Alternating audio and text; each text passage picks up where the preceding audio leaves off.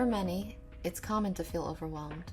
With the first month of the new year out of the way, and on to the second month of the year, the problem of feeling overwhelmed is increasingly common. Whether this feeling comes from being overwhelmed with the amount of obligations you're responsible for, or if it's because of the amount of goals you set from yourself, it's important to look at ways to cope with this feeling. With this video, we'll look at several ways to try and remove this worry and get rid of this feeling of anxiety.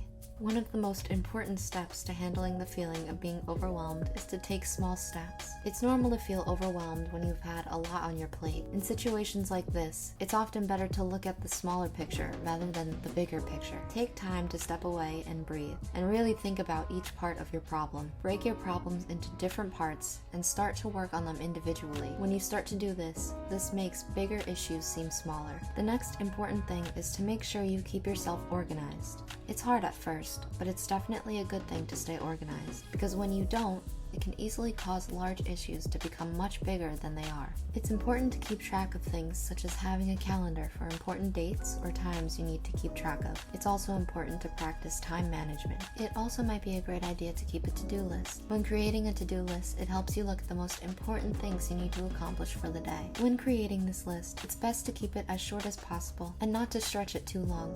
When you create lists that are too long, it's often hard to follow and also can cause stress. Another important step is to have motivation. Motivation, of course, doesn't come easy to many, but there are ways to improve it. One of the most helpful ways to stay motivated is to practice the growth mindset. The growth mindset is a mindset that views difficulties or challenges you encounter as ways to improve and grow. Another great way to view motivation is to embrace these challenges you face, so you can come out the next day a better person than the last. To learn more about motivation and how to stay motivated, we recommend watching our video on motivation here. It's featured on the card on the top right of your screen, as well as in this video's description.